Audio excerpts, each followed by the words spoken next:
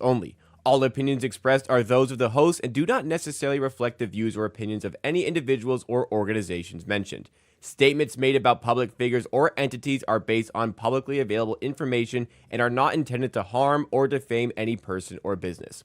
This show relies on fair use of social media posts, which are presented in good faith for the purpose of commentary and criticism. Viewers and listeners are advised to form their own opinions.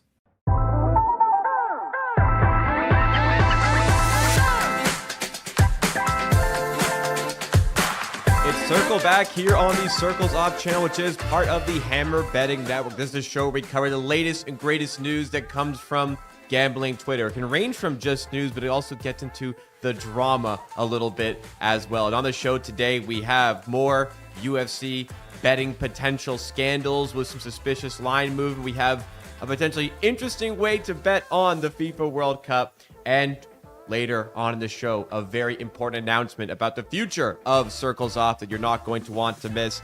I am your host here on Circleback. My name is Jacob Gramegna. I'm also your producer along the way on the show, as always. Joining me for your live Monday show is, as always, CEO of the Hammer Professional Sports Bettor, Rob Pizzola. Then we have it a little bit different for the other two chairs. G-Stack George returns once again in the central chair, the director of marketing at the Hammer. And in the left chair, we have the host on the Hammer Daily. It is Jason Cooper.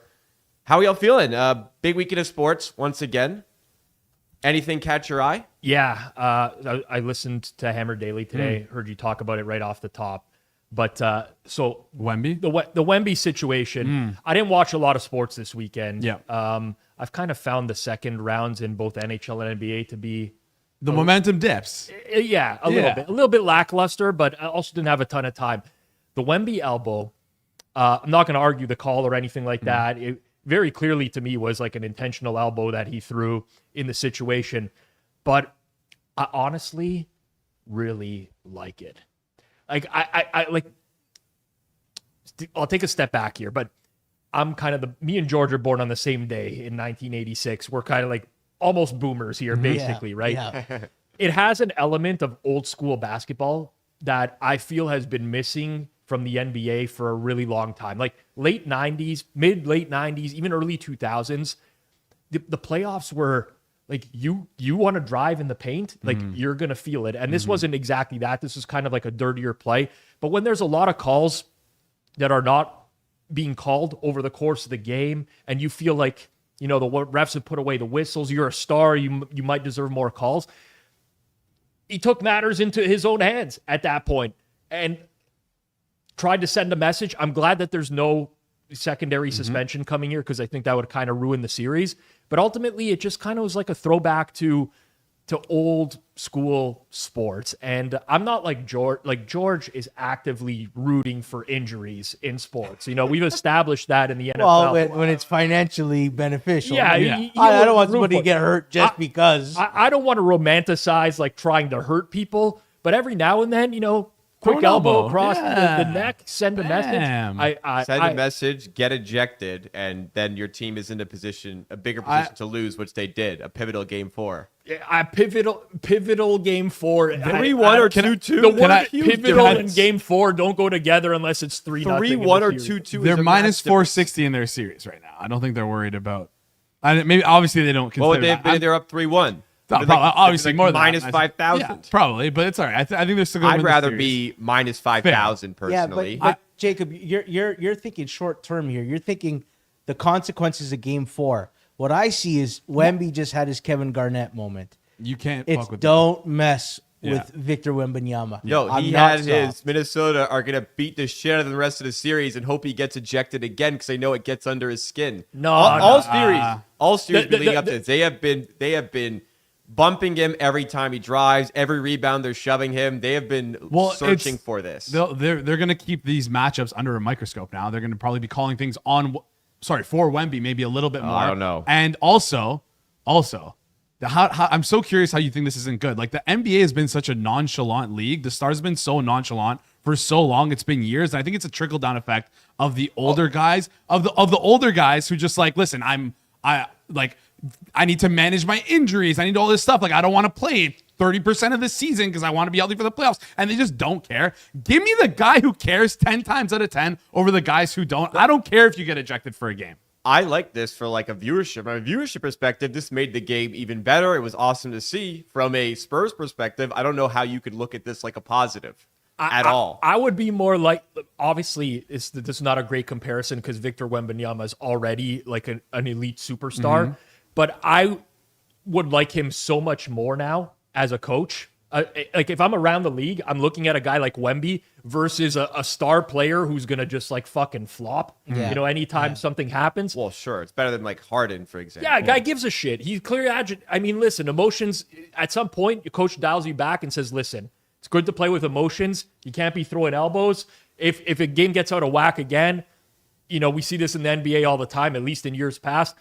Some guy comes off the bench who's going to muck it up a little bit and cause a stir or whatever. But I like players playing with emotion. And this obviously pushed the line of like what's acceptable and what's not, which is why he got ejected. But I think from a viewer perspective, I'd like to see basketball return somewhat to being a serious league. Yeah. And I'm a bigger Victor Wembanyama fan today than I was yesterday. It kind of reminded me of the Jordan era where he had to get through the Knicks and the bad boy era of the Pistons, where they were very physical with them. And then eventually, the Bulls figured out, let's bring him a Rodman too, as well, an enforcer. But I'm so over the LeBron, Durant, Chris Paul, Shea era of like finesse, soft superstars.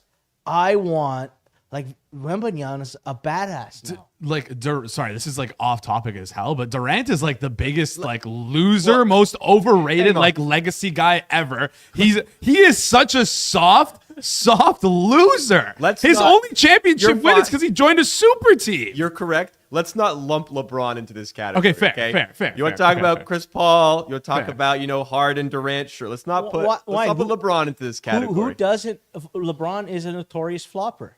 Yes. Now he does it to gain an edge, and I don't think he's soft. I'm not trying to give the impression that he's not soft. No, but he's brought this like the Brazil era or Portugal era. You know how they ruined soccer with their flopping. LeBron created a bunch of floppers in the NBA. Shea's always hunting the whistle, Embiid hunting the whistle, Harden hunting the whistle. Harden could be humping the whistle. Harden We don't know. That's the way. Put it past James Harden. Is the whistle working at Magic City that night? Like, is that... that's her name. But I get the point. This series is going to be really exciting. Not that it wasn't already. Don't get me wrong, but I think from just like a casual point of view, to me, it's not appointment viewing as a casual fan. I will very much try to watch the rest of this series now. I think stuff like this matters. James thinks I was an infant for the Jordan era. I know I look younger, but I'm 40 years old. I remember the Jordan era. I think he meant for like the Bad Boy Pistons, which was early 90s. You'd have been like 6-7 years old. I have vivid memories of my sporting history at 6-7 years old. Also, with the beauty of documentaries nowadays and like Netflix, ESPN 30 for 30s, you get to relive those moments from when you were 8 years old. You didn't really understand, Reggie Miller's situation, the Knicks, the Pistons, the whole East was like just a complete. So I want to stay on the NBA because I do want to talk about the Indiana Pacers situation. So the NBA draft lotteries yesterday, they lost their pick, which they had tanked all season for. They traded it mid-season, top 4 protected to the Clippers. Now, how the odds were distributed, the Pacers had essentially maximized their odds of keeping their pick. It was about a 48% chance they would have lost their pick. That was a gamble they took. And they had to, again, maximize their odds for that to happen, which they did, and they ended up losing it. And Kevin Pritchard, the president of basketball operations of the Pacers, said, "I'm really sorry to all our fans. I own taking this risk. Surprised it came up 5th after this year, despite the fact that he knew the probabilities.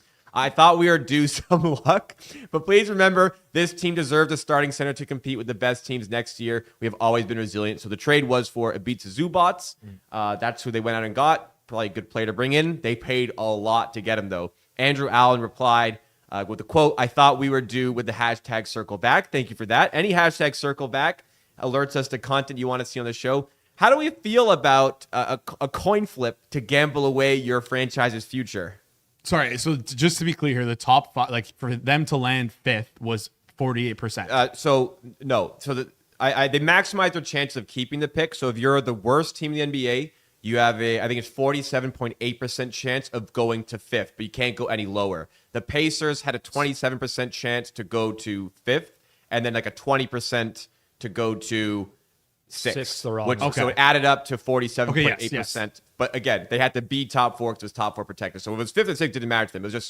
It was a 52.2 or 52.1% chance of being top 4. I just don't understand why even trade that pick top 4 protect. Just trade your whatever the pick it was going to slide to that you made it top 4 protected. Why would you not just? Well, they probably gambled because if it didn't convey, it became 2 seconds, I believe. So it was like a major win if it didn't convey. But why would you just do the 2 seconds? I feel like I'm because he felt it was worth the risk. Maybe the 2 seconds doesn't get you over the hump. There's another team participating in trades. The Clippers may not make that trade without the gamble. Okay, got it. Okay, well, it's just that's a crazy thing to do. Why not? Why did they arbitrarily say top 4 protected? Yeah. We know this was going to be a special draft class, just like in the NFL. The next draft class, people are guarding their picks like gold.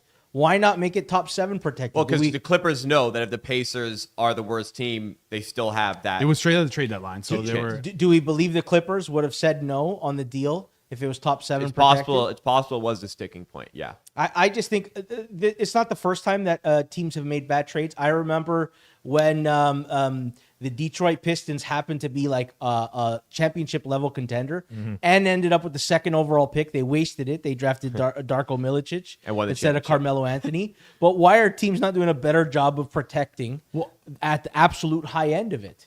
Well, I mean, yeah, you could see the similar situation with the Leafs where we lucked out and almost lost our 1st round pick this year, which would have been 6th if we lost it. But we reversed it, which is like the craziest thing. Was never in the cards in my brain, but it did happen. But yeah, it's like the number one thing in sports is if you're a bad team, like you should do whatever you can to keep your 1st round pick because you have a chance of winning 1st overall. Remember, this is a team that took the Thunder to Game 7 of the finals last year, so they also did want to strengthen for next year. But the thing is once you know where you're picking, you have the information to decide what to do with it. Right now, I didn't like the logic behind we're going to gamble on this. I feel like that was... Well, they're gambling. Obviously, that's really poor wording from your president of basketball operations. This tweet is funny to me for 2 reasons. One, the one that Andrew Allen highlighted here, where you have a high-level basketball executive saying, I thought we were due some luck. It's crazy. Which would, if I'm a fan and I read that, I'd be like, get this guy out. To Jacob's point, you kind of know the probabilities already, and you are basically coin flipping at that point. So that to me is right away. It's a little bit eye opening, but I will say, I actually like the transparency. The accountability. I think people on gambling Twitter could learn a lesson or 2 from Kevin Pritchard here. Yes. The guy didn't walk it back. He didn't really blame anyone else other than it's just like it's kind of a tweet of like we took a shot. Here's the reason we took the shot, and he owns it. That's fine, but like acknowledge we took a shot, not we were due some luck. Yeah, but like surprise. Also, surprised it came up 5th. It was literally like pretty. Like, there's a really good chance you're going to lose your pick. Sure, but I mean, he owned taking the risk, which I think in and of itself, I'm a big proponent of accountability in the space. I'd much rather this than a whole statement on like, again, he does mention some luck in here, but I also would listen. I give him kudos for coming out with a statement immediately because the fan base is probably outraged in the moment. Yeah. And we're also like 3 or 4 months removed from the Buffalo Bills GM saying, I didn't want to draft Keon Coleman. That was the coach's. So the anti-accountability GM, I actually give him some praise for coming out with a statement. Yeah, the only thing, again, 2 biggest takeaways for sports. Try and keep your 1st round pick if you're going to be dog shit. Number 2 is make sure your owner doesn't meddle because usually...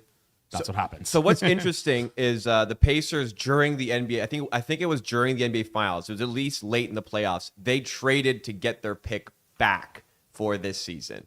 So they didn't own it Because midway through last season, and they ended up getting it back from the Pelicans right before Tyrese Halliburton tore his Achilles, which was big, which let them tank this year. is that the trade that the Pelicans ended up giving up? What is it? The picks 7 and 12 in this draft for last year's pick 14. I forget how it wasn't like involved like the Derek Queen one where they traded 2 picks to the Hawks, but it was like this team's in the NBA Finals. We'll give them their pick back, and I think the Pelicans may have gotten their own pick back. I forget the interesting. But anyways, the Pacers made a point of reacquiring that pick just in case it was felt weird.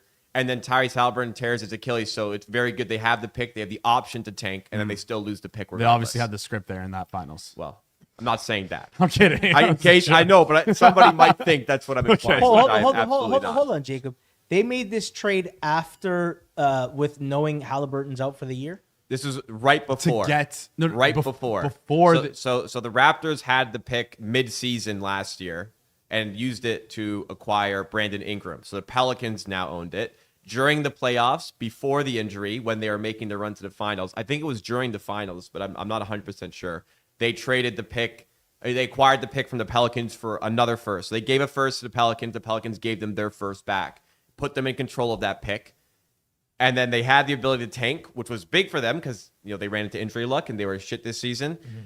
And then they still lost the pick after all that. That's what I'm saying. So They put an emphasis on retaining their own pick and still don't have it. So we need this player to be like incredible, because the 3 franchises that gave up this pick could have maximum pain. I don't like looking at trades like that, though. I don't like using the player they drafted. I don't either. But I like to mock franchises when they miss out on like some superstar. Yeah, but like if how badly do they need a point guard? Who, the Pacers? Yeah, do they? Tyrese Halliburton. They don't need a point guard. Okay, well Darius Acuff is I think supposed to be like the 5th best prospect. I mean, a 5th pick is franchise defined, not altering always, but it's a very significant piece potentially. Yeah. Anyway, so let's shift the NHL quickly.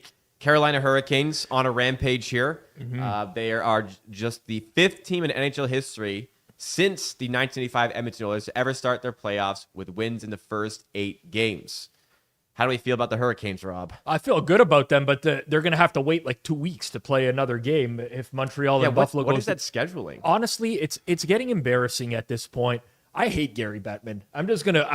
Gary Bettman, to me, I don't know how this guy has survived in his position as long as he has. It's not like they've exponentially grown the game of hockey across North America during his tenure. Like, he literally just doesn't listen to fans. Fans are like, we hate this playoff system. Let's go back to the 1-8 seeding. He's the only guy on earth that's like, no, we're doing it this way. Why? I couldn't tell you. But I don't understand that. And then, like, other sports, other leagues have all figured out scheduling for the playoffs. Somehow the NHL has not figured this out. Like, some people are like, oh, this is going to be a huge advantage to Carolina because they're going to have to be able to rest or whatever. There is a rust factor that exists in sports, especially when you go a week without playing actual games, whether you're practicing or not. It's not exactly super beneficial to them either. So, I don't know, it's just so stupid to me that one of these series is wrapped up and before they'd even played game 3 in another series that's going to meet the winner here. Makes no sense. The bang on with the NHL scheduling and just it being bad. And like the fact that, so this happened last week and I was kind of complaining about it on the Hammer Daily. The Wild and Avalanche played game 2 on Tuesday. They played game 3 on Saturday.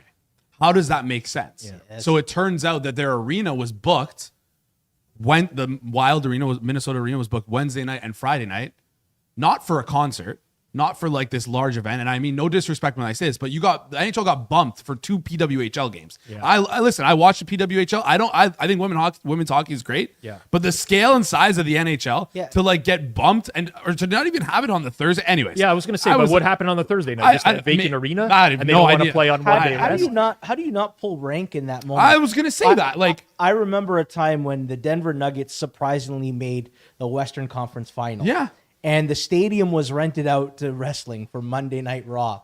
And the Nuggets happened to have a home game that they weren't anticipating. And they pulled rank on the WWE and told them, beat it, find another stadium because this is our stadium. How does the NHL not pull rank there? I honestly the league is so poorly run. I got to tell you, it's just a really poorly run league. Yeah. And I don't get a lot of it. And, maybe someone wants to explain it to me in the comments and it's way over my head, but I did the exhaustive research into this a couple years ago. I just can't understand how they cannot what is the obsession with starting the second round immediately?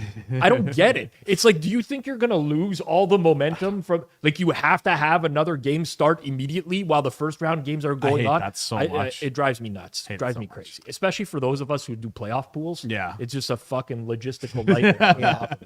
And we have some NFL games starting to trickle out on the schedules. Anything catching our eye? Well, the full schedule release is happening this week, right, George? Yeah, on Thursday. I'm a nerd. I love this stuff, and some people don't. I tune into the coverage. It's just fucking scheduling, and I love it. I eat it all up. I'm already sitting there, and I'm like, yeah, I'm gonna do a watch along for this game. I can't wait. The line is out. Dallas is 1.5 point favorites. I get excited. This feels real. I live in football mood. 365 days a year. So just on screen, we have the Sunday night football game to open the scene, which is the Dallas Cowboys against the New York Giants. My Giants against Rob's Cowboys. Yeah. I think I have the right to be pessimistic when it comes to the Cowboys for years and years. And so I'm not a huge fan of them opening in prime time because I view the glass half empty scenario. Where if they're lose, exposed. It's going to be I just have to deal with that the next morning. It's going to be top of mind. I don't want my first Sunday ruined type of situation. So I was hoping they wouldn't be in this spot, but schedule release this week. And listen, it's not going to be me that is going to sit down and be smashing win totals as schedule. Because some people will do that. And honestly, you do have to act quick nowadays. The lines will move quickly based off of schedule release, but I don't care enough, nor do I need to do that. It's an interesting point. I mean, you're going to find those spots, 3 straight road games for this team, this and that, all the analysis. There'll be somebody who does the media rounds next week talking about schedule inequity. Like he always does. Oh, yeah. Just these teams got screwed. Here's why. The long Twitter thread. Yeah, it's fantastic. Rob, we should bet for the Monday circle back. We got the Romo jersey and Manning jersey in here. The loser of this game should have to wear the jersey for the Monday show. I'll take that bet right now. Well, yeah, you've got the better chance, so you should take it. Yeah, that's why. I mean, you offered it. You guys heard that, no? But offer. Can I say something? I think you got to get a little bit more. Maybe Rob has to buy you a little muffin or something as well to cover that little. I'm just gonna pause here for 1 second. He made an offer for a wager. I'm comfy with the term. I'm your lawyer. Don't speak. I'm your lawyer. Don't speak. Yeah, you negotiate with me. No, but he made the offer to me. Okay. In my world, we don't have a third party who intervenes and it's this and Rob said booked. Book. That's it. It's done. Plus, I think it's more torturous for Rob to wear an Eli Manning jersey because Rob's in denial about Eli Manning being a Hall of Famer. He should be a Hall of Famer. It's a Hall of Shame. That's what it should be. Yep. One day. He should be first ballot. Well, let's get into the meat of the show today, guys. We have a very good show on the way. Lots of interesting and diverse topics to get to. This one, not as diverse because we've talked about stuff like this so much, but another example of UFC shadiness in the betting market has arisen here. David Payne-Purdom, who writes about betting for ESPN, said that the price on Joaquin Buckley and Sean Brady moved dramatically ahead of yesterday's UFC bout. This on Saturday, with Buckley going from around a plus 150 underdog to a minus 220 favorite. Bookmakers, bettors, and the UFC were trying to figure out what was behind the line movement. Some books took the fight off the board, and Brady told Aaron Bronstetter, who does UFC coverage for Sportsnet, that the UFC contacted him to see if he was hurt. Ultimately, Brady ended up winning by decision anyway. So Aaron Bronstetter added on to it and said he spoke with Sean Brady, and he said that Brady got contacted earlier by the UFC in regards to the irregular line movement in the direction of his opponent. He said he was surprised by the call and assured them that he was okay and that he was planning to dominate Buckley. He told me that aside from a small cut that he received 4 weeks ago, that he was totally healthy going into the fight. So kind of an interesting scenario here. The guy ended up winning the fight. Dave Mason of BetOnline said they had to pull this fight off the board because of the very suspicious line movements here. And there was someone in the arena MMA who maybe added a little bit of fuel to the fire. Let me read it first. Okay. He says, Sean Brady has been paid to lose by round 2 TKO today. The gang called the Gangster Disciples, coming out of Philadelphia, Pennsylvania, are holding his nephew hostage, which I hope is not true. Is this the same account? Yeah. No. I believe this is a different account, but I think I sent this. This is my fault because I sent it to the group chat, and I probably should have followed up. I believe this was a joke. Oh, it is. Oh, it's Oh, no, clear. but it's happened in think 2 it's- other Yeah. fights before. I feel like he literally just copy and pasted the yeah. other tweet and just put Sean Brady instead of the other guy. Same round and everything. Yeah. This is my favorite bit. This is my It favorite is- bit. but what do we think? I mean, what was something up here? Was this supposed to be a fixed fight? But then as they saw line movement, people backed out. Like, let me know in the chat what your theory is on here. Let's start with Jason. I just want to say, like, Sean Brady didn't just win this fight; he Killed it. He dominated. Right. He had the second and third round, 2 judges had it as a 10-8. I'm looking at media scores right now. This is just like MMA Decisions. It's just like a website where if you're a media member, you can submit their scores. 3 media members had it a 30-24, so 3 10-8s. It's so rare to see a 10-8 in the UFC. 3 10-8s. It's Wow. crazy, let alone Okay. 2 10-8s on a judge's scorecard. That's ridiculous. It's absolutely insane. He Even absolutely one 10-8 destroyed would him. have been, Yeah, like, it's wow. it's incredible that he did that. And I feel bad for the people who were wanted to bet Brady and didn't end up betting him because this line movement. We had Andrew Gombis on the show, gave out Brady, I believe, minus 160. Man, he got some really bad CLV on it, but was he ever right on what was going to happen there? Great for the accounts. Oh, yeah, great for the account. Great for the accounts. Bet minus 160, closes like plus 150 and wins. Fantastic type of bet. The context matters here, of course, which is why we cover all these stories here on Circle Back. And we've covered multiple UFC match fixing stories in the past before where you've had a lot of line movement leading up to the fight, and it turns out it's correct. That fighter wins. This is the instance where it didn't happen. My belief, and I'm not a big UFC bettor, but I do follow markets all the time, even for sports that I don't bet seriously, just to see what's going on. It's a pretty substantial move that happened in this fight.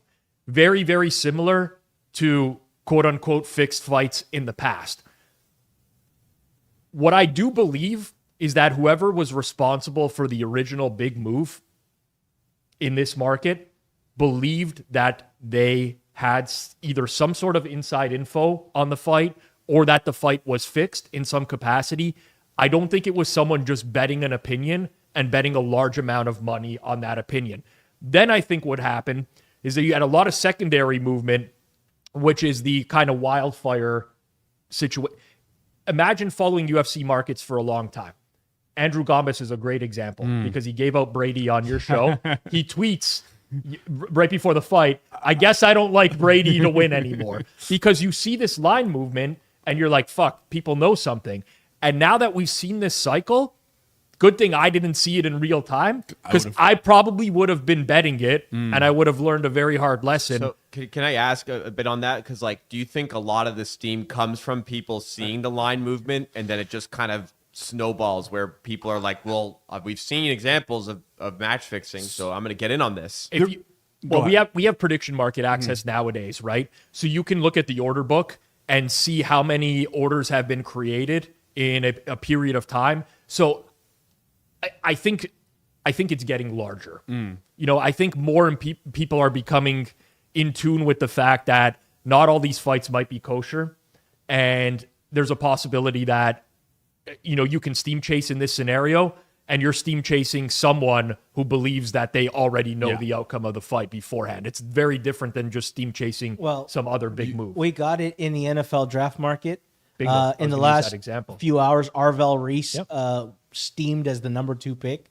Turned out that information was wrong. I think part of the UFC stuff is people also get word of an injury in camp. So even Sean Strickland said his AC joint got sprained on Thursday before the fight.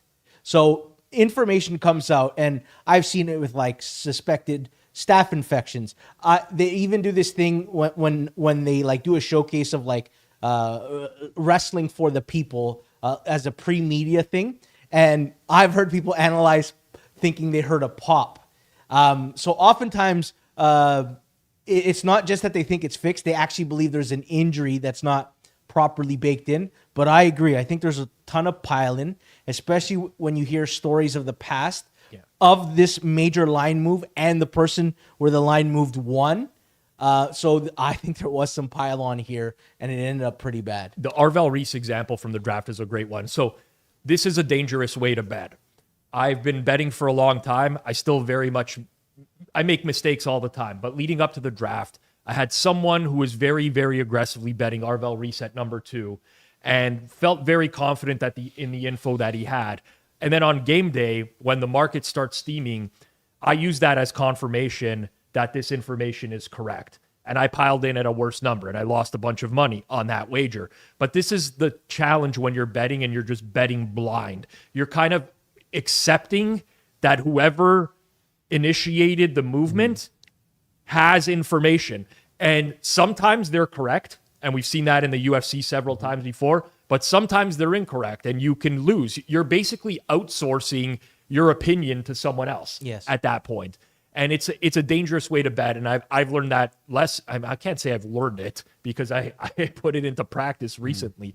But I think that's what happened. I think somebody bet this fight thinking that they had real information. So one person swept the board. Like, I don't want to say swept the board, but like on like some prediction markets, you can see it around like 2:00 exactly. There was like a flip of like Brady being like around 56% down to 38%. So one person out there must have been very convictious on this and just got absolutely stuck in piss. But to your point, like it's really, luckily I have access to, BetStamp's API and odds history and stuff like that. But this was a market-wide movement. It wasn't just like someone was hammering it at one spot. It was everywhere that they could get down, which to me, again, I'm not saying it couldn't be someone betting their opinion. It's happened before. There could be someone out there who wanted to throw 7 figures down on a fight that they felt there was a huge edge in. That's within the realm of possibility. But based off of what we've seen in the UFC for the last, let's say, 6 to 12 months, I think the more likely scenario is that someone thought that they had info. Do we think there's a chance that someone in the chat brought this up? Jacob, you mentioned it off the top. Do we think that there's a chance that there was maybe something smelly going on and then because of all this attention, like they pulled out? Or it would be a really tough way to lose a lot of money to like commit to doing this and then pulling out last minute. If you're Sean Brady and you're expected to throw the fight, let's just say as an example, and by the way, this is just like a baseless accusation. I'm not saying, but let's just say that you've given out some information that you're going to take a dive in the fight or you have some injury, and now it becomes public and the UFC's now contacting you, right? I think you don't show up to that fight. You're hurt. You're done. Yeah. You just say, listen, I'm going to pull out, but I got something bad going on. I didn't give out any information, but my knee's like, because somebody is risking a lot of real money. I don't know if it's organized crime or not, but if I'm Sean Brady, I do not want to piss off people who are throwing down 7 figures on me and then going out and winning a fight with 2 rounds where I win 10-8. It's crazy. I don't know. It's a weird situation because I felt like when I started seeing this, I saw this Dave Mason tweet first. Yes. I'm thinking to myself, I'm like, here we go again. I'm like, the UFC's got to do something about this. This is getting insane at this point. It turns out it was completely wrong. They approached him. They asked him what's going on, and he said nothing. I don't know what's happening. Do you remember 2 years ago, in the last 3 games of the Philadelphia Eagles season, Jalen Hurts missed the last 3 games? The line opens Philadelphia-Dallas, and the line looks abnormal. And even Jeffrey Benson tweeted what he thought the line should be. And people were like, why is this? And somebody had the info that Hurts is going to miss the game. And then within an hour, Dallas became the favorite. And so you'll see this not just in the UFC and other sports when people get a piece of information early. I just happen to think someone got bad information about an injury because I don't think the line went far enough where it was a certainty. I just think someone was like, if he's hurt, Sean Brady, then this price is wrong. And then I think there was some pile on at the end. If I had the time and I was a real journalist, I would spend a lot of time on this story. I don't have the time, frankly, but I would be interested to read like a 30-minute piece on this someday of particularly what happened here and just getting as many, opinions as possible, like tracking down the accounts that bet this first what are they typically betting on? Are they betting other sports? Are they connected to some large syndicate? Are they posting orders? Are they making on exchanges? Like all that stuff, I'd be interested. It's pretty interesting because an hour before, or what's this tweet out came at 2:41 p.m. Eastern time, Dave Mason's tweet, but at 12:57 p.m. Eastern time at just afternoon, Dave Mason tweeted rebet-a-palooza on Joaquin Buckley. One guy hit Buckley. Was it for 180K 9 different times? 20K each time for a total of 180K between 145 and 135. And so I wonder if that was like the catalyst that people started to see. Yeah, maybe something's going on here. I don't know. One guy betting the same thing is for that much is. I'll tell you this. I don't believe this is going to be the last time we are going to see a UFC match fixing scandal in this year. And I think it's good that this happened because we're going to see now less pile-on. Yeah. If it does happen again. Yeah. And is that a good thing or a bad thing? I don't know, but it's some people who wouldn't know better are saving themselves some money, hopefully. Well, there was some actual news that came from the fights occurring at the UFC event, and we had Sean Strickland being Khamzat Chimaev in a pretty large upset here. I saw him about, I think it was like plus 400. We see him 20% here on Kalshi, and there was some tweets that were a little freezing cold. At Wonder Bread MMA said odds should be higher. There's a 0% chance Strickland wins this fight. I've never been so sure of a fight outcome in my life. And also Hive Live HQ posted that Second Win Capital has their whole lifetime P&L bet on Khamzat Chimaev to beat Sean Strickland tonight. Is this the biggest UFC bet Polymarket has ever seen? They will make $400,000 if Chimaev wins. And well, he didn't win. Jason, you seem to have eyes on this. What's your take? No, it's just crazy. Like the market movement for this. I believe they Khamzat closed around like I want to say he was around like the minus 500, minus 450 range. Some books even higher. Leading up to the fight. And then right before close, a lot of people came in on Strickland and it closed around in like the high minus 300s, I believe, minus 390. I wasn't watching it live. I saw it after the fact. So a lot of sharps obviously loved Sean Strickland. This fight was a shocking win for Strickland. Like I was thoroughly entertained by this, but feel bad, or I don't feel bad, but like some guys are very clearly in double piss if they bet on Khamzat and Buckley. It was an entertaining fight though. We can get more into like the ramifications for the UFC, but if we want to talk about the betting side of things. The one on the right from Wonder Bread MMA here, bottom right corner, paid partnership with Kalshi, right? So, or right underneath the tweet. So that's true. Listen, when you're with a paid partnership with a prediction market, any gaming company, especially an operator, a lot of these guys just try to drum up interest. Yes. They will always say things like, this is guaranteed, this doesn't have a chance. I have no idea if this guy even bet this fight or not, and for what amount. The Second Win Capital guy who put his entire P&L, I'm interested in that, because that's a horrible betting practice to risk everything on one fight.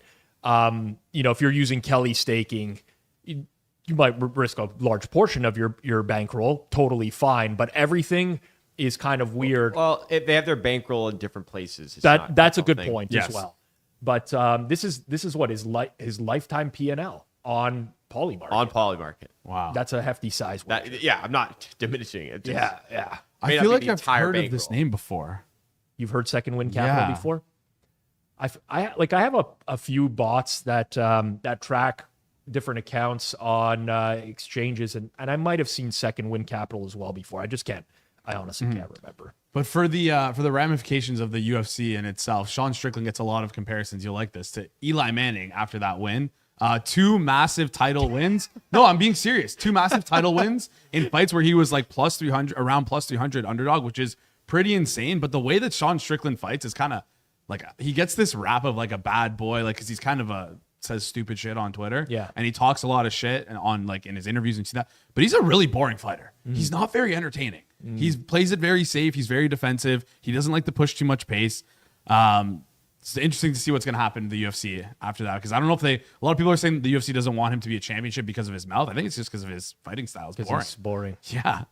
He's also a liability. They don't. No, I actually disagree. I don't even think they care. I don't think they care about that. Doesn't care. They don't care about that at all. Listen, social media clips is one thing, But Sean Strickland, George, if you want to hear me, Google Bryce Mitchell. If they're worried about guys, they're worried about him, and they're not worried about him. So they're not going to be worried about Sean Strickland and his craziness. Anyways, yeah. Last thing on that, Khamzat Chimaev, like get out of the division. You're cutting too much weight. Well, let's look at this pretty interesting tout tactic that we saw for this fight. Julian MKD says 1 million on Khamzat Chimaev to beat Sean Strickland. Low odds, but not very often. You can get an easy 19% return on investment in 25 minutes. Easy $119,000 profit right here. And it shows his ticket on Chimaev to win the fight. Lost the fight. People started roasting him. So he followed up and said, the haters thought they got one up on me. I cashed out my position and played Strickland live when I saw Chimaev getting tired in round 2. Didn't lose a penny. 700 IQ move. Good night, and showcased the cash out for the event. Rob, do we like this play? You cash out. That way, if the bet wins, you don't show the cash out. But if you lose, you can just post the cash out slip later and say, you thought you got me. How do we like this? So I didn't dive too deep into this guy, but I just went through his Twitter. I clicked. Pick seller. Yeah, so there's a Telegram channel called Money and Vibes. This is the place to be at if you want to make money. You are welcome. And then you request to join the channel, right? So this is like very classic, tried, tested, and true scum behavior, I would say. Yeah. Right? Where it's just like you post the big bet slip up front. You have a lot of conviction in the original bet up front. You have a lot of followers, maybe even some that are not followers, who are like, wow, guy made $1 million bet. I'm going to tail this. And then afterwards, you find out that the guy completely bailed on the bet, went the other side, never posted any of this in real time, celebrating it like he's some sort of fucking genius, and you're on the shitty end of the stick because you already bet the play that he gave out earlier. Now, everyone's got to own the plays that they put in. When you tail someone, at the end of the day, it's on you. But this is also just a generally shitty thing to do. And I wonder how much of this was that he knew he would get this reaction from posting this after the fact. I am so conditioned nowadays to believe that a lot of people actually do this intentionally because it's going to help him in the algorithm. Like if you just look at the responses and the engagement on the second tweet where he says 700 IQ move, there is so much engagement. There are so many comments. He just gets more traction, more visibility. So it's a shitty thing to do, but I think it's actually done intentionally and not from this. You know what I'm getting at here? Like we just live in a different era where engagement in and of itself is currency, and it's like, imagine. I can't imagine. I think it's actually like ego and low self-esteem. It could be. I legitimately think there's people out there who think they don't want to be perceived as less than. They're so insecure in who they are. Yeah. They're afraid to show that they made a bad, terrible bet. It's true. So it's always like, look how brilliant I am. I actually escaped this this move. I hate this. It reminds me, and it's not the same, but remember the old practices of touts giving both sides of a game? Oh, I don't even call it an old practice. It still happens. Yes. This is because if Khamzat wins, we never see this second tweet. We never do. So he's built in this ability to always look like he came out ahead. Yeah. I absolutely detest it. It came after the fact. It almost reminds me of like a certain person who voids his bets because the pitcher got changed, even though the sports book does not state that that's an actual possibility. You know, people are so insecure about how they're perceived, that person as well, and I won't name him so I don't get sued, but it's terrible. Some people are and we see this when they double and triple down on a bad opinion. Some people are unwilling to say, you know what, I was wrong. Yeah. Accountability sometimes is very hard to come by. That's why Kevin Pritchard is listen, he made the trade didn't work out, but sometimes you just gotta say it. Didn't work out. I love owning a bad bet. I once gave out a best bet on our best bet show a few years ago, and the team lost by like 5 touchdowns. I missed the cover. Seahawks, and Seahawks and Ravens. I took like Seahawks +6 and lost by 40. What am I gonna? Actually, I could see it was going really bad in the first quarter. I bet the Ravens at post something changed. No, you just own it and say I'm an idiot and I made an awful bet. Yeah. Owning it is not, I don't know. It's weird. I have like the tinfoil hat, but owning it is not going to earn you the clicks. Nobody's retweeting it or engaging with you because you owned a bad bet. No. You know, you can do it, and it's not a bad idea for transparency, but doing that is getting the clicks and it's getting engagement. It's more visibility. I don't know. That's why I think of it as, I almost think of that as rage baiting, a rage baiting. I think it's rage baiting, and they're a tout, right? They're a tout. That's what Jacob says. They're a tout, and I think it's. Yeah, I don't know. Like $2 a day. We're giving them attention, but like they just got a massive algorithm boost, and that algorithm boost is going to last on their account for a long time, and people are not going to see that tweet, and people are going to forget about that tweet. Exactly. And people are going to click and sign up. Yeah. Elon has really fucked the platform. He's elongated the lifespan of touts on Twitter. It really has. Well, very, very well said. We don't like that content, but some content that you may like is coming to the Hammer Betting Network. We know how much you love our extravaganzas, so we are running it back once again with another golf extravaganza here. It's going to be an absolute banger tomorrow. It's a PGA Championship extravaganza hosted by Jeff Feinberg at 12 p.m. Eastern time on the Hammer HQ YouTube channel. Why does Jeff look so concerned? He looks like he's consumed nothing but protein for 72 hours straight, and he's sitting on the throne right now.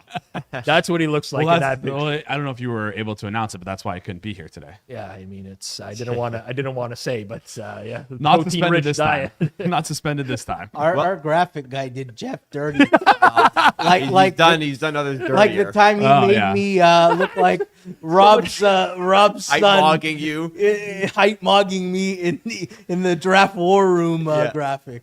Well, anyways, more information on this. It is going to be nonstop guests for 2 hours, giving out all kinds of banger bets. And if you watched our Masters extravaganza, you know how profitable it was for our viewers. Maybe not on the Jeff for the Masters winner to cry bet, but the rest of it was quite good. And that's tomorrow, Tuesday, 12 p.m. Eastern on the Hammer HQ YouTube channel. It was profitable, but it could have been more profitable. Maybe, you know what? It should have been more profitable. Yeah. I'm gonna stick up for him on that one. Let's get into the World Cup betting trick that I teased at the start of this show. And there's a couple tweets that had the exact same copy and paste of this tweet. So I only chose one of it for the purposes of the Circle Back episode today. Spivach at 0xSPIVACH says, spotted a simple inefficiency in the World Cup market. 13% sitting there for free. If you add up the top 14 favorites, they only cover 88% of the total probability. This is on prediction markets. Buy 100K of shares in each, spend 88K total, collect 100K when any of them wins. 12K profit, that's 12% return before July 20th. The other 20 plus teams split just 12% between them. Mathematically possible, but realistically, it's not happening. DYOR, I will give it a try. And then he posts a link to it. Do your own research. We got a hashtag circle back from Michael Plishka. Thank you for sending this our way. Showcased a screenshot here of the 88% that is referenced.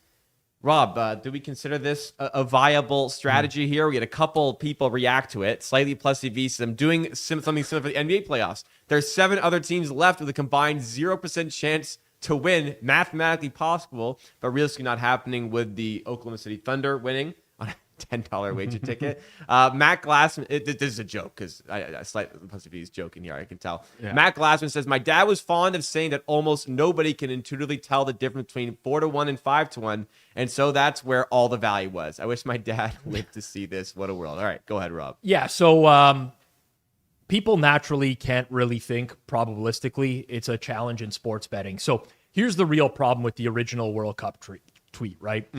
He's viewing this as like 12% guaranteed, right? There's no chance of anything else happening here. One of the favorites has to win. That 12% is not an inefficiency in the market. It's the market pricing the rest of those outcomes. Like if we look at sports historically, especially soccer, George, you will remember 2004. Yes. Do you remember the price on Greece to win the Euros? Oh yeah, it was in. I think it was in like the 500 to 1 range. It was something absurd. Listen, I'll tell you this: there's no more Greek bookies in Toronto. They all went on an airplane and they flew back home to Greece after that tournament because they got buried there. Okay, in the group stage, Saudi Arabia beat Argentina at the last World Cup. Right? We have Croatia going to the finals. We have Leicester City winning the EPL. We have so many examples on a day-to-day basis of a team that might be priced in 1%, 2% winning things. If you look at live markets daily, you're going to find something, tennis, golf, whatever, someone who comes from far out and wins. So the probability of these teams winning, the top 14 favorites, is not 100%. It's 88%. That's what there's fat tail outcomes that exist in sports and happen all the time. And anyone who treats it differently, they've just never watched sports. Have you ever followed sports before? Like, upsets happen all the time. In a World Cup, all it takes is like one team that's considered a powerhouse not winning their group, finishing second, ending up on the other side of the bracket. This happens all the time in soccer tournaments. You look at one side of the bracket and you're like, wow, a team like, Denmark, I guess, who's not even in this World Cup, but Denmark has like a clear path to the finals, whereas all these other powerhouses are on the other side.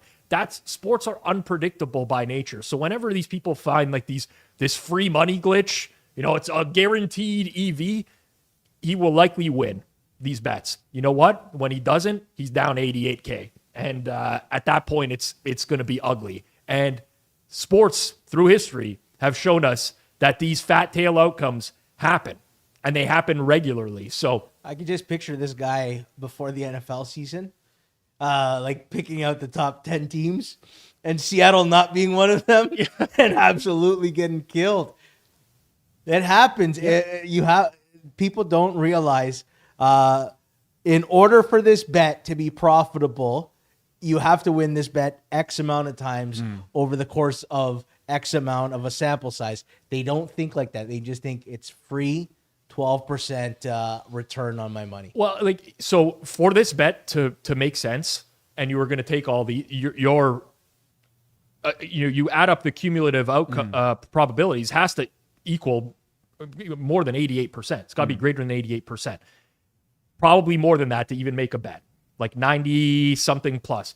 He's just incorrectly stating that he believes it's 100. And that's not the case. You cannot just dismiss because it's unlikely to happen does not mean it's impossible. Well, he says mathematically possible.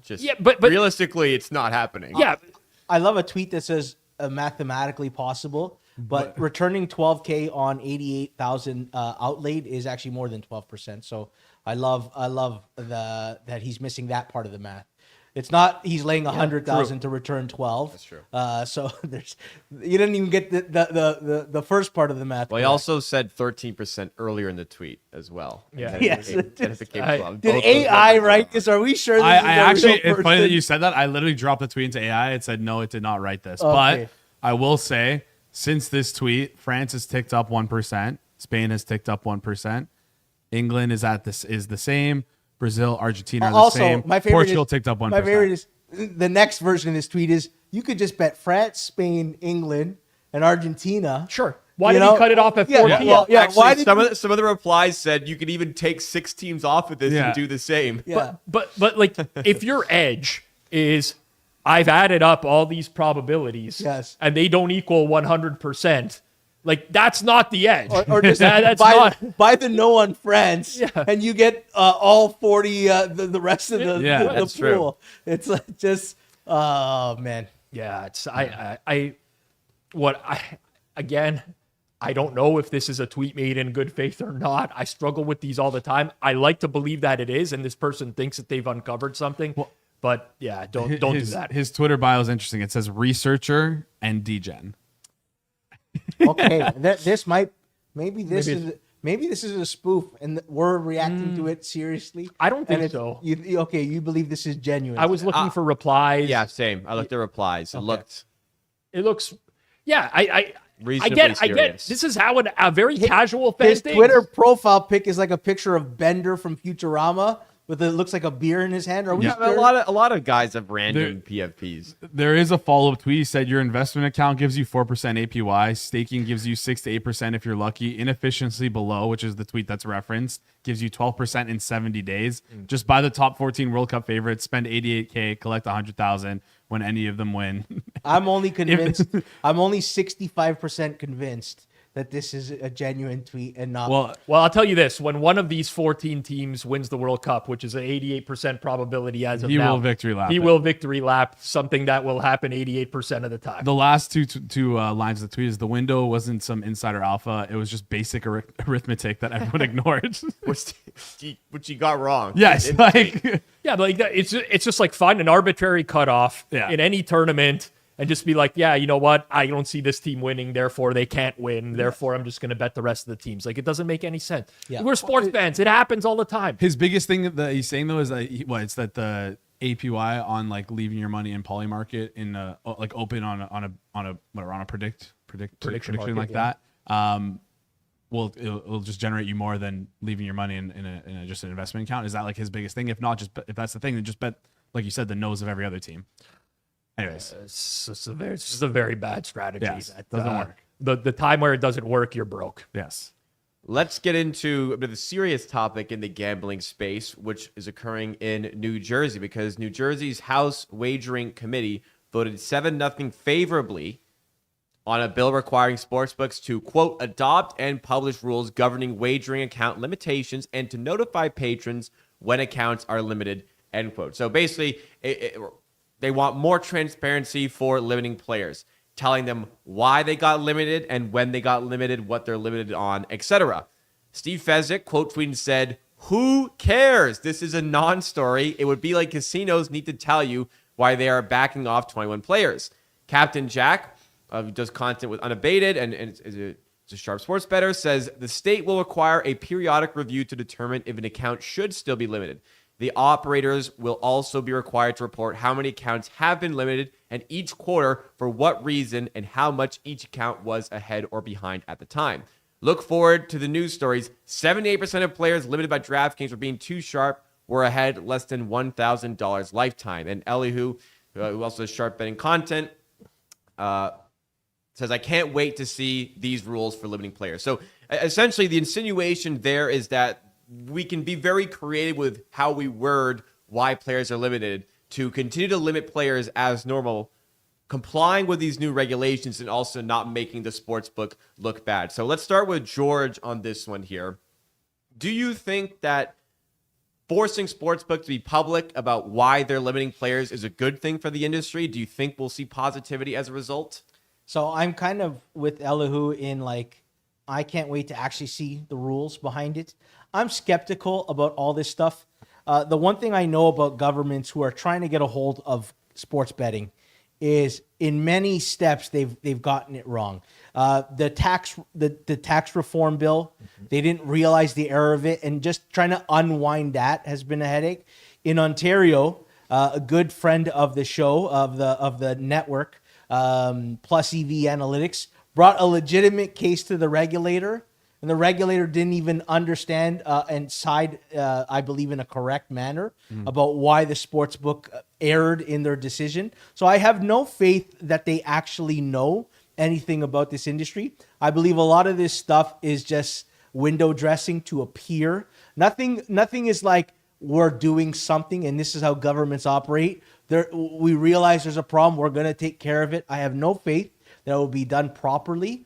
The only way I truly think, if you want to limit people getting limited, is you have to enforce, if you want to, the way, you know how whales get limits beyond? Yeah. If you want to take a maximum sized wager of this, they should put a ratio that every single player is eligible to get a minimum of this. Yeah, minimum. Yep. So if they actually want the whales to keep dumping money, they have to also take all size wagers of this, and you can make it a wide scale, where you're taking 200,000 from a bad bettor, but you have to give a minimum of 500 or 1,000.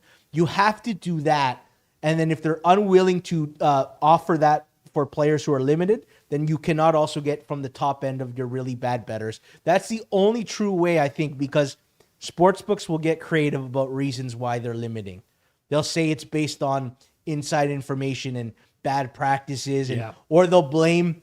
My favorite one is like, "Oh, we're worried about how addicted you are to gambling, so we must cut you off." It's like, yes, I'm sure you're worried about my practices and beating your closing line. Yeah, that I share viewpoints from everyone here in some way. Or so first and foremost, this is being fought by, I think it's a Sports Betting Alliance, SBA, which is representing all of the operators. I got to double check, but I'm pretty sure it's the SBA.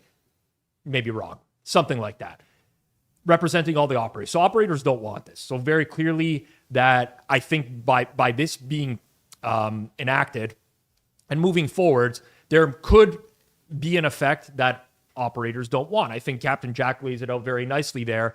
I like his final line there. Look forward to the news story. 78% of players limited by DraftKings for being too sharp were ahead less than $1,000 lifetime. That could become a news story and could pick up a lot. Like, people really don't know that a lot of this stuff happens in the space, right? So bringing it to light, I think, is a positive. But how does it get brought to light? To Elihu's point, I can't wait to see these rules for, if a sports book is very much like, we're cutting you off because you have access to information that other people don't have access to.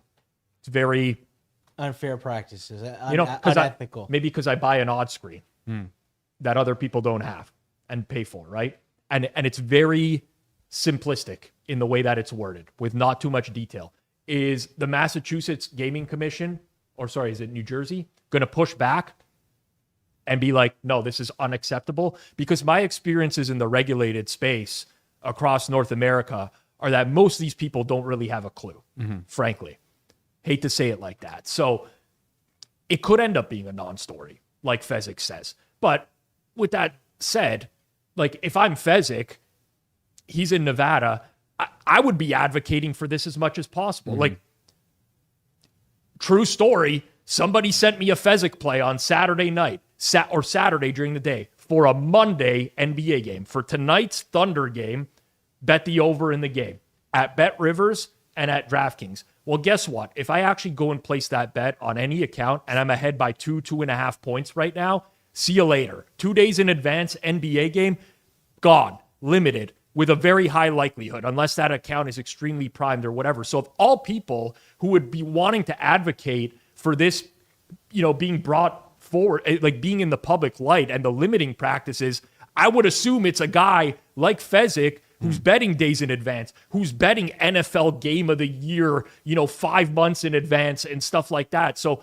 I don't understand why you'd be like, who cares? This is a non-story. Of all people, I think he should be an advocate for a bunch of this stuff. The comparison to the casino industry, don't even get me started on that. The casino industry has been regulated for 100 years. Like, we're in the very infancy of sports betting regulation right now. But I do get the points from everyone involved. You said a good point about these regulators. You even question if they know what they're doing. I know how government works. A lot of these jobs that are given are to friends of friends and looking after each other. I know in Ontario, some of the regulators we have here, and I know of a couple names that have been hired within them, and they don't know cock soup about this industry. But they are friends with someone within the government and got positions that they didn't deserve. I have no faith that the people that actually work for the regulators know anything about this industry. Yeah, I totally agree with you, but I think it's generally bad to dismiss like reform efforts because this is the way it's always been. Yes. Like, we shouldn't have to settle for that. I agree. I get frustrated a lot because I've had some behind the scenes conversations with iGaming Ontario. We have the Plus EV analytics situation where he sued Caesars and they ruled against him. You're like, what the fuck are you guys doing?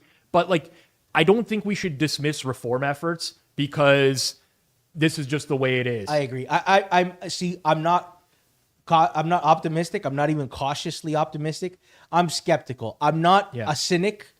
I'm not Steve who says who cares, this is a non-story or this won't change anything. I actually am in the Elihu boat of like, let me see what it looks like. Yeah, I'm interested to see it. It's always good to see, like you said, like the reform is important. And I really think, George, you are kind of pessimistic, but not about this, but more about the government, which is very fair. But like all we need is like, let's say like one person in the government or who works with regulators in the regulating space to like care about wanting to learn more, to see this, to spread the word. That's all we need is one person, right? And I'm hoping that there is one person, and I think there will be interesting change, and I would like to see what is going to be, like you said, what could be in these reports. It could be nothing. Yeah. But I think there's a chance to have some like good upside for these reports. Yeah. Also, just like the pushback, I don't want to make it personal, like on this is a non-story.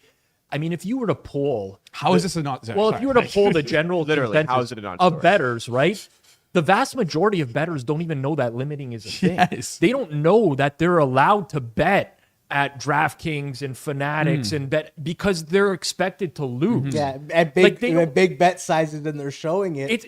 And they don't realize they're telling on themselves. Exactly. It's not a non-story. To me, it's a huge story that's just been covered up forever. So I got to disagree there, but I am kind of in the George camp of like, I'll try to do my part in Ontario, especially to help wherever I can. I do have a pessimistic viewpoint, but with that said, we shouldn't just throw our hands in the air and be like, well, this is nothing, because nothing's going to happen. If you're in the sports betting space, this is a massive story. I don't know how you think that this is a non-story. Especially, and Steve. Well, maybe he doesn't get limited. Who knows? Steve, you got like obsessed about theoretical hold for a week. You tweeted about it every day. We texted back and forth. We had a 40-minute phone conversation. For you to be obsessed about that and think this is a who cares? Yeah. Come on. Yeah. Well, I was gonna say, I'm glad he stopped tweeting about that and instead tweeted about this being a non-story. If he ever wants, moved on to a new topic. I'm still interested in the theoretical debate. If he ever wants to contact me or get my number, he can get it through you guys, or unblock me on Twitter and DM me. I'll give you my number, like whatever. We have to stop. I want to talk about this with him. I'm curious. He's arguing for something that was never said. But I'm on his side, so I want to talk to him. All we said is that it's not an unreasonable. I didn't tell people go out and bet all these future markets because you're getting a better. There's a lower hold. No one ever advocated for these being good bets. I see where he's coming from, though. I think you guys are wrong. All right. I agree with Steve. There you go. Anyways, we got to keep it going with the show here. We have some exciting news about the future of this channel. As I teased a little bit earlier on in the show, we are having a little bit of shift into content. We'll save that good news for a second, because we do have some bad news, because the Friday edition of Circle Back this week, unfortunately, will not be taking place. As the same goes for the Monday edition next week. Next Monday, it is a Canadian holiday. Yes, another one. We have another Canadian holiday.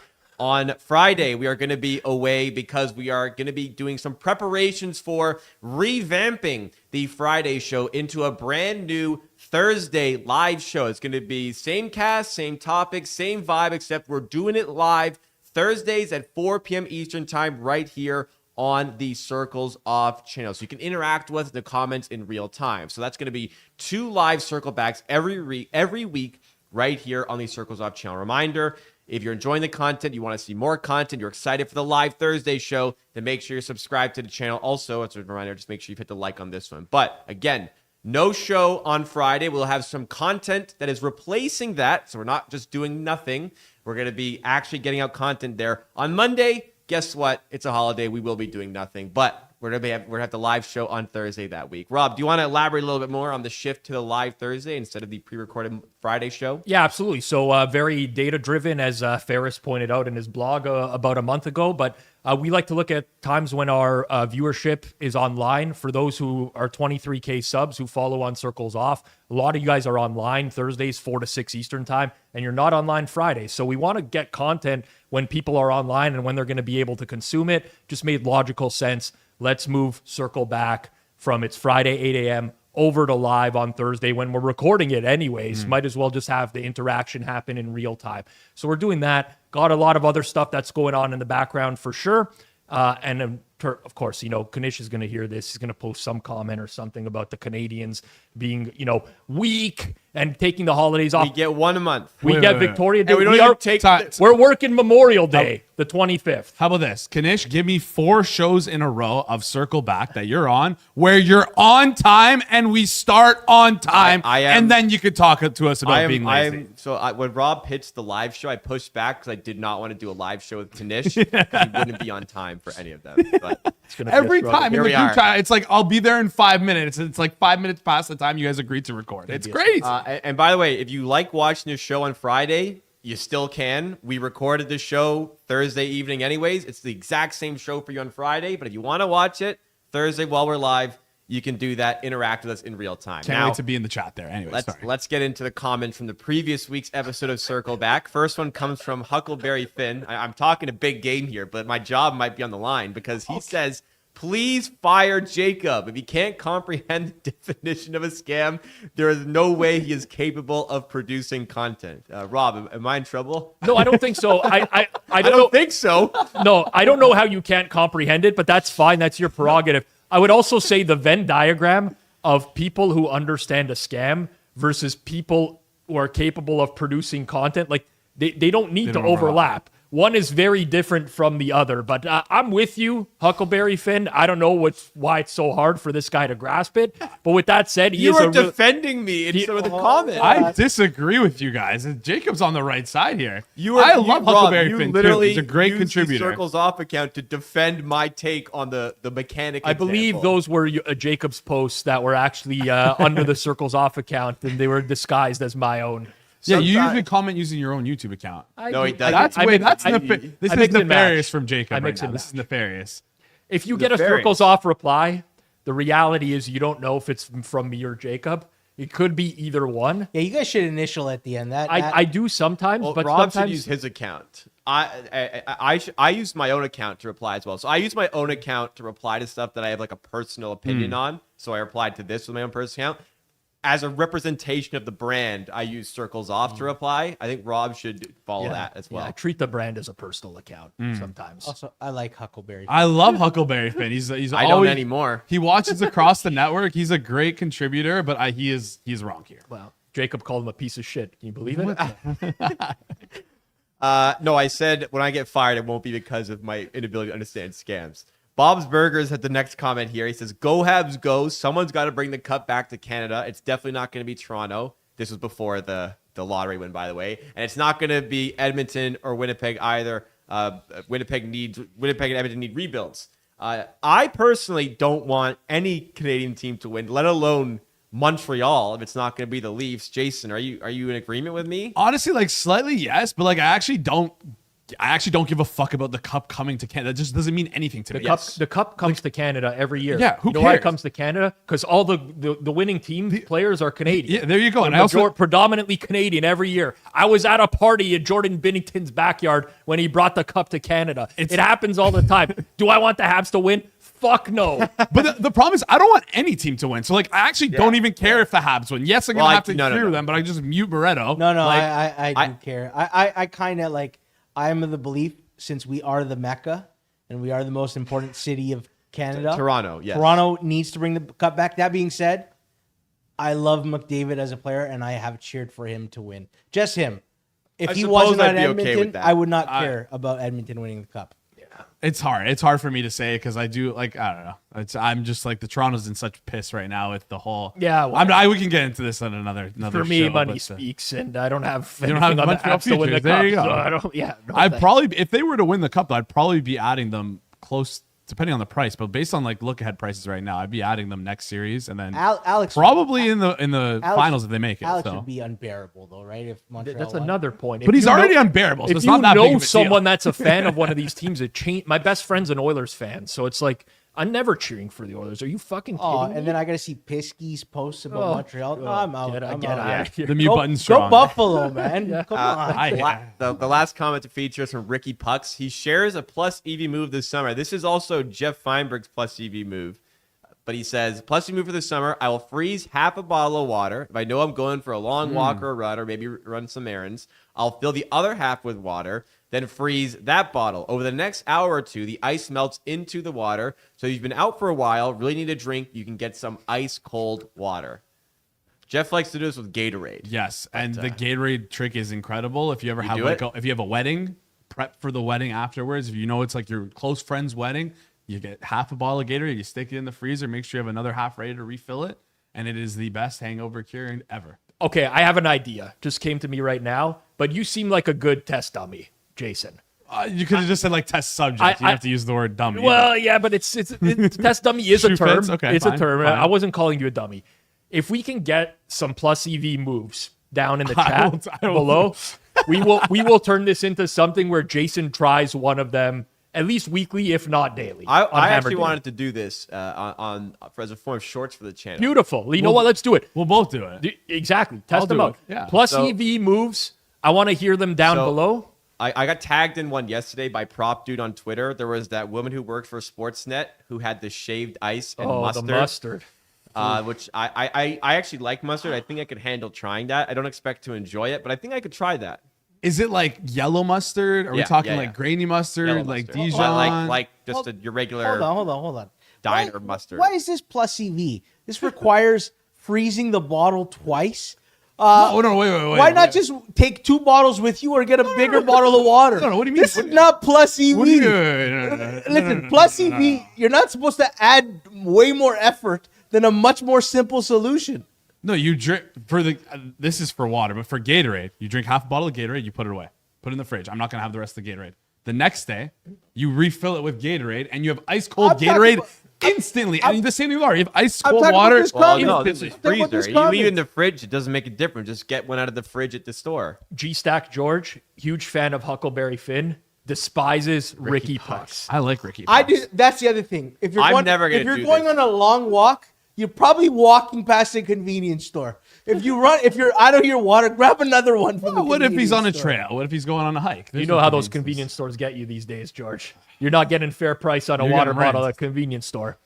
That's a minus EV move of the week. There you go. I don't think this move is worth. Like, I feel like I could just put water in the fridge and I could fill it with ice cubes if I want. The Gatorade, okay, I could. Gatorade. I'm with you. This isn't. I don't want want to freeze. I don't want ice in my Gatorade, but. Wow. I don't know. For water, I feel Like like shit all over for. Do you guys this have one's not for me. But Jeff pulls this with Gatorade, as does Jason apparently. Yeah, I think he also freezes his shirts so he cools down in the summer. Yes. Do you guys have plus TV summer moves? You guys know mine. Don't say the grapes. The grapes in the drink, grapes man. are not a real thing. They really are. They don't get the drink Yeah, cold enough. I got to try that. Yes, We they gotta- do. we gotta do They this will this year. operate exact. They came out of the freezer. Yeah, but like they don't. There's not. They're solid. You ever freeze fruit? Yeah, I've eaten frozen grapes before. Yeah. They're not that cold. I've eaten ice and I've eaten frozen grapes, and ice is colder.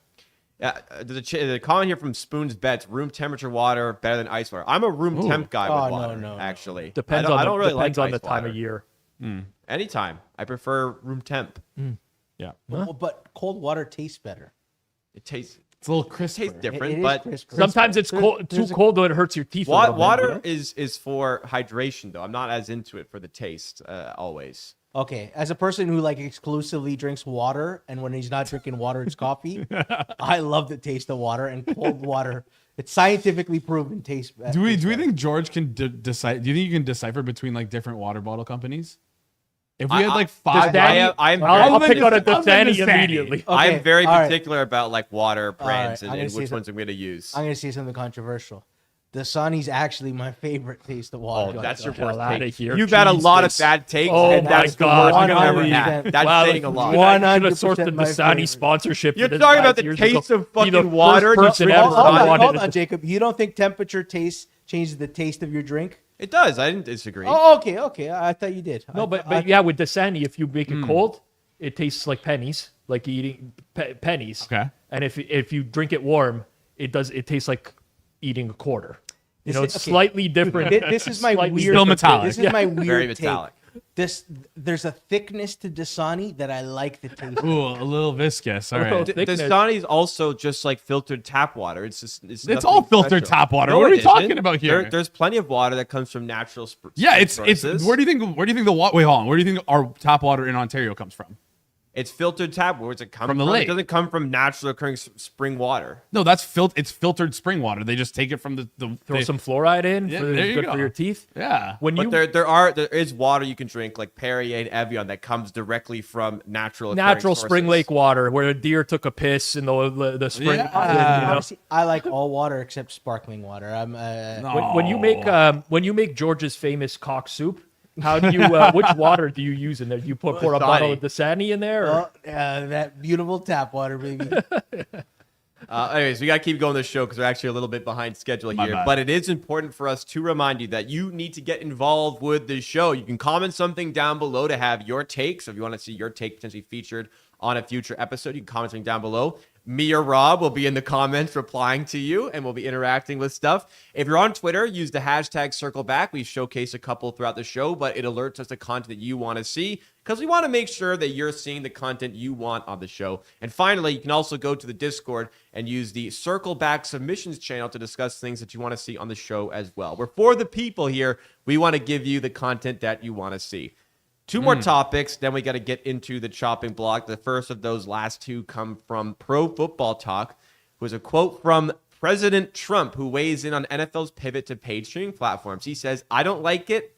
They're making a lot of money. They could make a little bit less." I like the little impression you did there. George, it's a work in progress. George, how do you feel about the president commenting on this? How do you feel about the shift that the NFL's made? First of all, politically, brilliant thing to say. We have a politician here, Doug Ford, the same bombastic style. He literally comes out and says, speed cameras are a scam. You're taxing the people. It's an easy win. There's not an NFL fan that doesn't agree with him that it's gotten too expensive. I feel bad for our American friends. For me to watch every game on the season, it would cost me $350 Canadian, which is like $260 American. 50 American, but it's okay. Okay, but they have to pay across all platforms to get every game $1,000. I also feel bad for them on some like primetime games where they're like, screwed. what streaming thing is this on? Oh, I need a subscription. Oh, YouTube is down. I remember Cleve was complaining about it in the beginning of the season.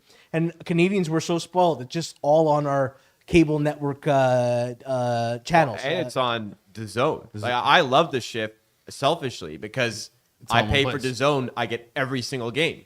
That's it. Yeah. I love the switch, but it's way more convenient here than it is in US. Don't you think the NFL would make more money just by making their own streaming service? Like literally building one out themselves. Yeah, but the thing is, the NBA did that, and then there's blackouts everywhere because you still need the local cable stuff, which is protected, so you can't Got do it. that. Like the NBA literally has its own service, and I can't watch the Raptors in Toronto. He's right. The NFL is on such a like hungry, like let's make all the money we can, sell to the highest bidder. Yes. And if you've got to have like 6 different sources to watch all the games, I actually think you're inconveniencing your fans. So I actually agree with Trump. I think it's smart politics for him to say this. The NFL is the most valuable sports product in human history. They're making record revenue. It's when they enter a negotiation with Netflix, or they have all the leverage in the world, right? Which is why this is happening. But I fear, and Kanish has brought this up before on the second Circle Back show every week, I fear that eventually you start to lose the casual fan. Like you think of the kid that's growing up in like a low-income household who now can't watch, 3 primetime games because they're on Peacock or whatever, right? Like you lose the accessibility. I can just speak to myself. I used to be a fan of all sports. When we had just cable, I would flip through the stations. I would watch NASCAR. I would watch fucking anything that was sports because it was accessible. It was easy. I had it on in the background at all times. But now I'm not going to go to Apple TV to watch MLS. If it was on cable and I was flipping, I might stop and watch a game. And we're not to that extent yet with the NFL, because even if you don't subscribe to every service, you can still watch the vast majority of games. But I do think you eventually lose that casual fan who's just like, fuck it, I'm out. Like, why am I going to watch this league if I can't get all the primetime games? I'm flipping around. I think that is a real risk that, maybe is not shown on an income statement or on a balance sheet right now. But it is annoying, man. It's annoying for Canadians. I can only imagine what it's like for Americans. No, that's a great point. I never really thought about like the convenience of cable, where it's like with streaming services, if you're gonna want to watch, for example, like an MLB game today, you might just flip to whatever was on cable for that given day. But if you have the MLB service, you don't have a specific game you want to watch. It might be overwhelming trying to pick what you're gonna watch after whatever. Maybe you're watching an NBA game, then want to watch another like. And I think of the annual Kanish tweet from his dad, like, "What channel is this on? How do I get this?" You're losing generations that will not go through those steps. Hopefully, it creates more. No, I shouldn't say hopefully, but like honestly, like if you're young and you can't afford this stuff, like pirate, go find streaming services, go find streaming sites that can do it. And like I'm not advocating to do it VPN, or do it. Not saying do it illegally, but maybe do it.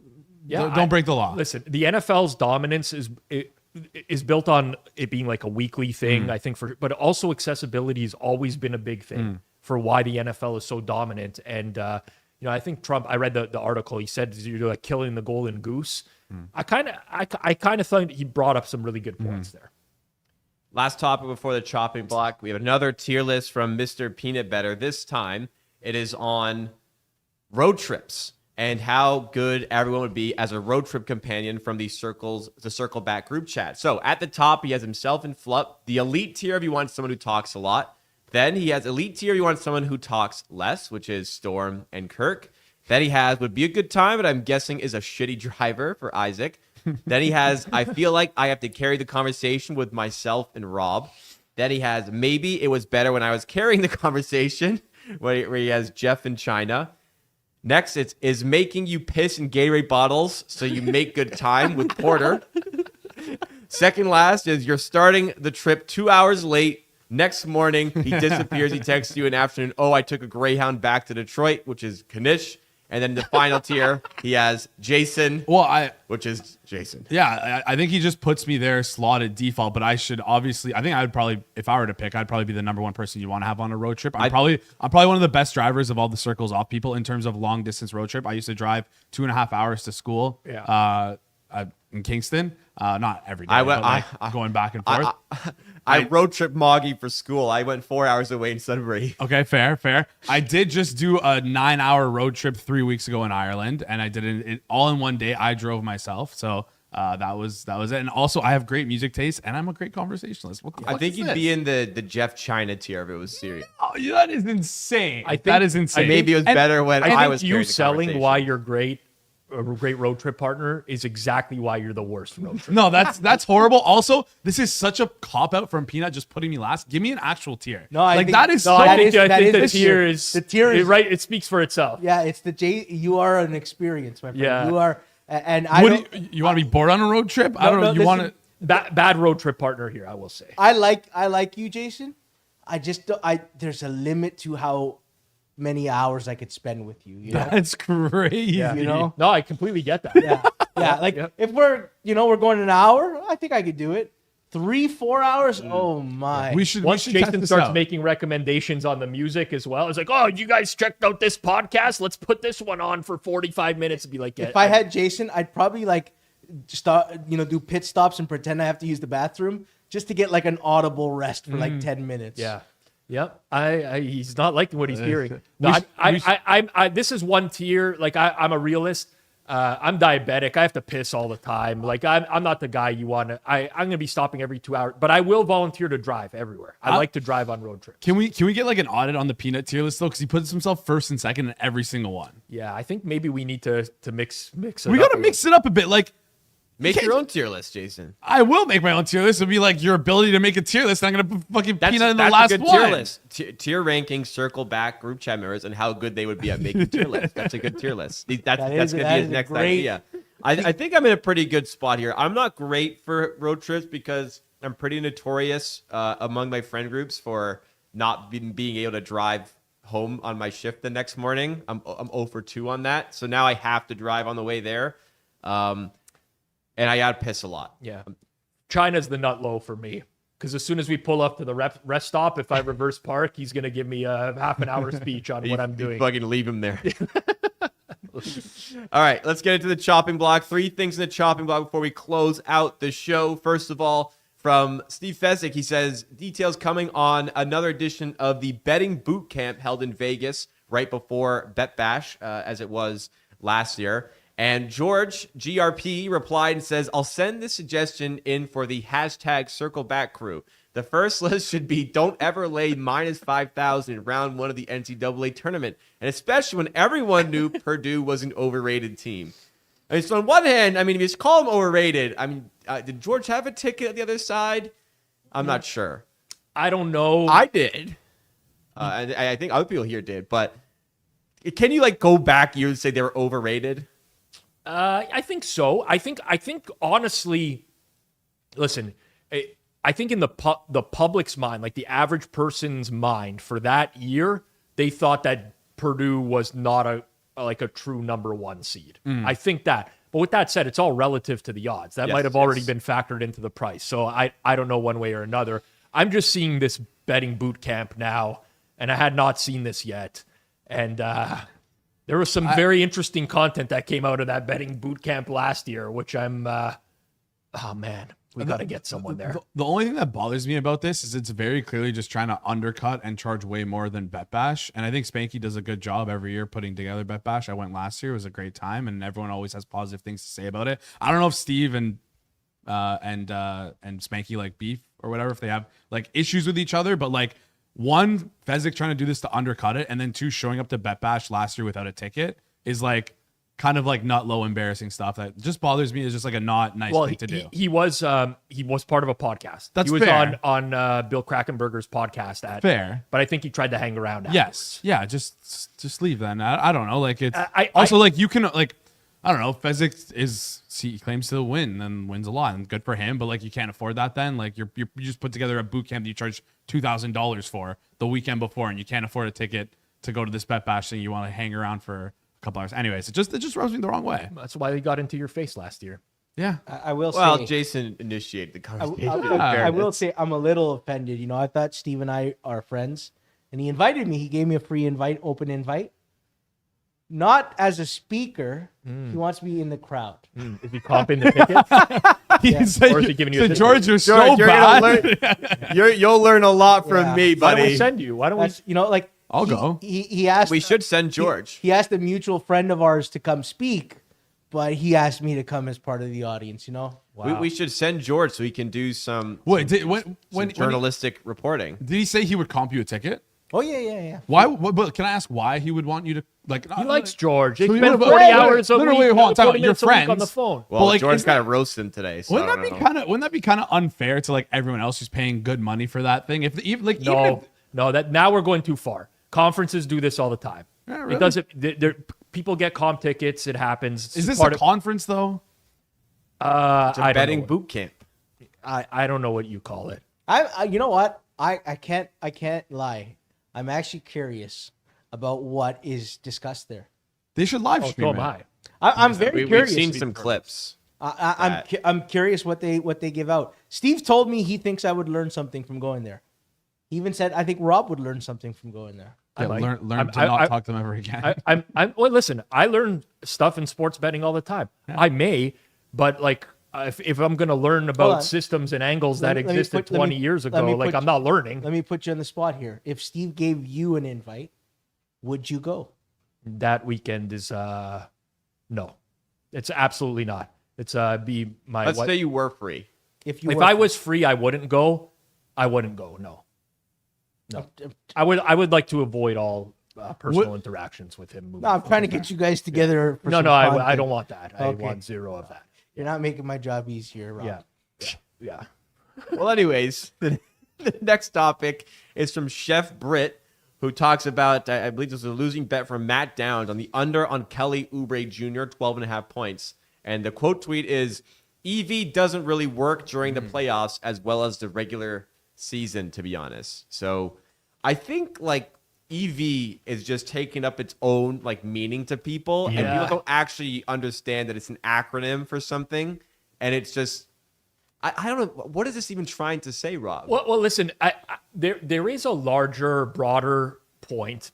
Let's say you're a lot of top-down bettors refer to it as EV betting, right? What Alex Monahan's done with OddsJam, EV betting, right? Find a price that's stale relative to the sharp books and bet it. That's EV betting. There's plus EV betting that isn't top-down betting. Sure, but that's what when I see EV doesn't work, this is what I'm thinking. All right. And I would agree that there are times where the true line, you might have more confidence in that true line, depending on the time of the year, right? I don't think that every closing line is created equal.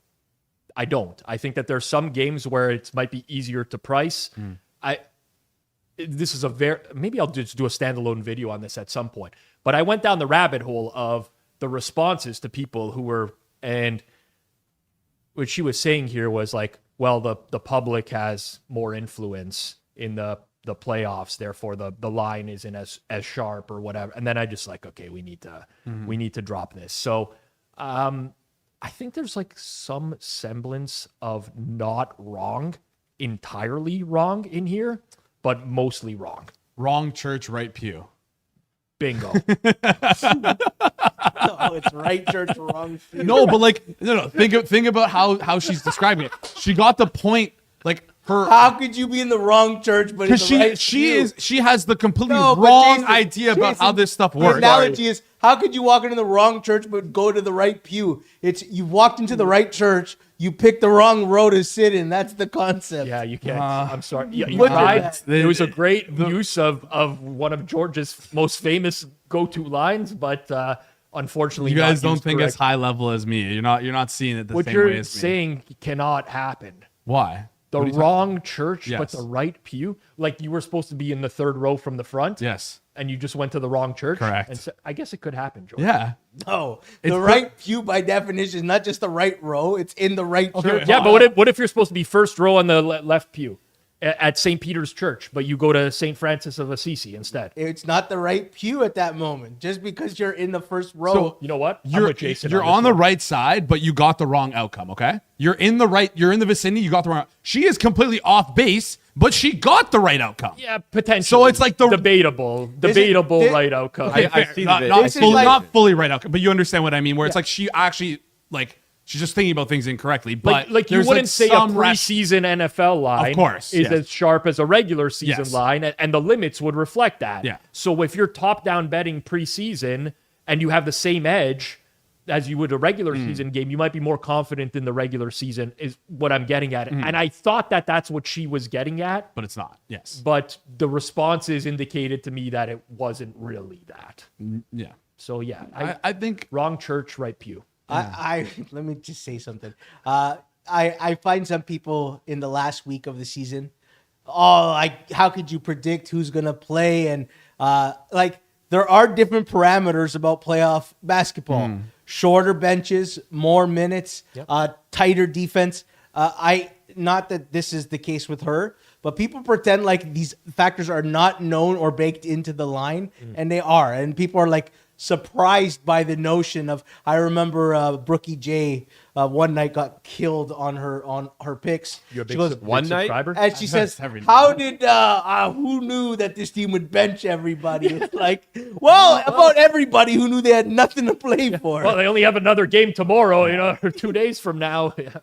Oh, God. Last thing on the show today comes from Fitzmagics13. Says, after working at WAP for almost 2 years and being involved in the gambling space as a capper, 99% of the cappers who fail do so because of one thing: greed. They assume that the good times will last forever and develop an ego, often surrounding themselves with yes men who just want to latch off of their success.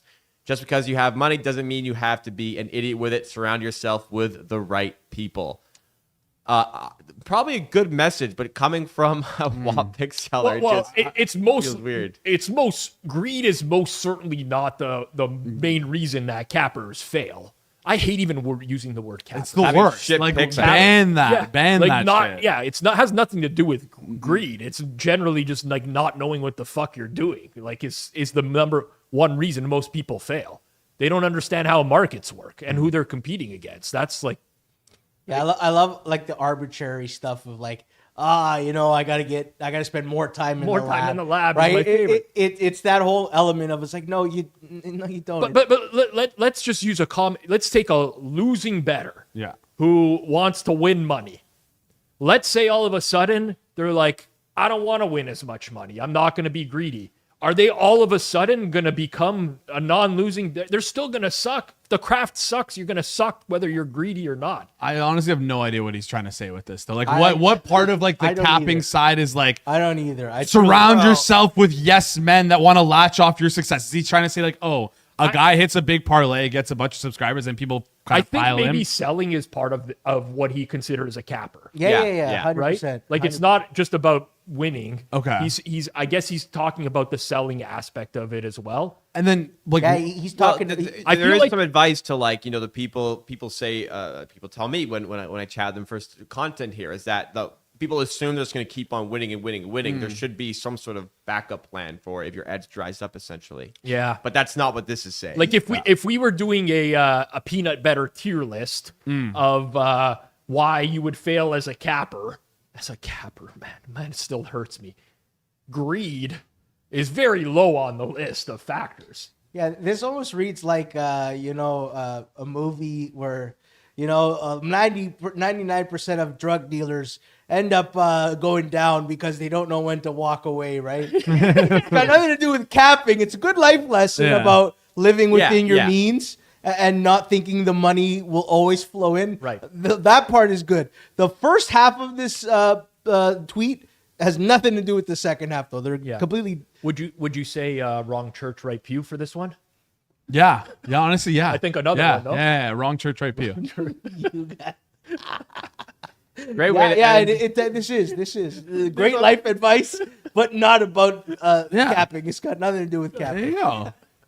Great way to tie the show together and end it off. If you enjoyed, please make sure you hit the like button, subscribe for more content here on the channel. Reminder, no Circle Back Friday this week. We will have a replacement video in place of it. Monday, there is no content on that day. It is a holiday in Canada, but the American holiday later in the month, we'll have the Monday show live, as we do typically every Monday on the channel. And the Friday show will merge into the Thursday live show next week. So make sure you stick around for that. Notifications on so you never miss out on any of our content. And as always, we will see you again next time.